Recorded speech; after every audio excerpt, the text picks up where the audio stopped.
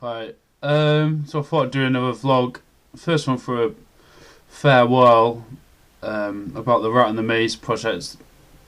So it's kind of stalled for the last month or two, mostly because a lot of reasons really, but jobs ending, moving house, blah blah blah blah, etc. etc. So just personal life events, I guess.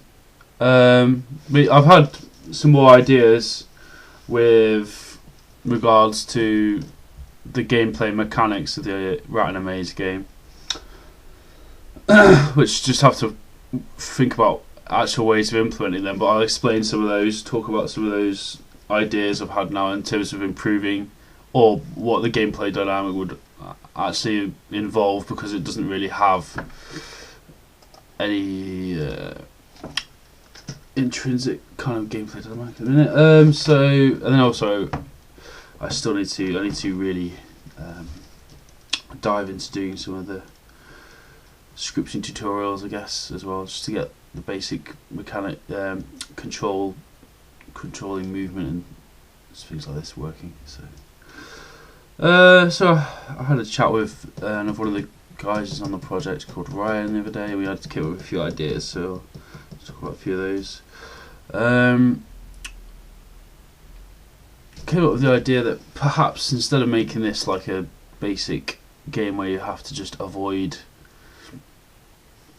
enemy sprites or enemy characters on a map, in terms of like just, I don't know, running away or whatever, and make it a much more stealth based game, where stealth is the being stealthy and being evading detection would be the primary objective of the game.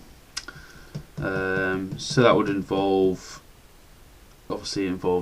producing some kind of AI for the enemy characters, so that they can either detect noise, visually detect things from a certain distance, have the light play a factor in some fashion. All this stuff, in terms of how it's going to be implemented, I have no idea at the minute.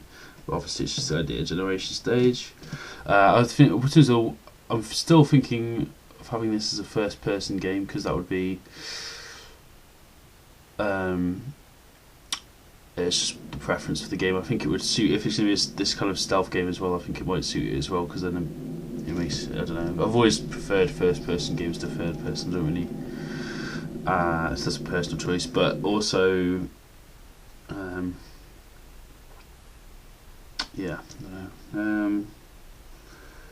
And then I had some other ideas in terms of, you could be quite good if you could figure out ways to use the player could use the environment to either evade or kill enemies. So you bet. I think in terms of weapons, I was thinking you could have a very basic truncheon kind of, or stick or something like that. So something that you could sneak up on behind enemy characters and just whack them on the back of the head. And maybe like bits of debris that you could pick up from the floor and throw that as well. Also use that. Potentially you could also use that, if it might be complex, but you could potentially use that for creating, what's the word? Like putting off. I can't find the words at the minute. And then I was also thinking you could possibly have environmental challenges in the game, such as traps, mouse traps, etc., or rat traps, whatever. Rat poison could put it certainly play in the game. Obviously some power ups and stuff. I just need to work out the kind of nature of those. But in terms of the actual project overall, next stages are do another beta level design. Ryan, who's our 3D modeler, is going to do some. I'm going to set him some.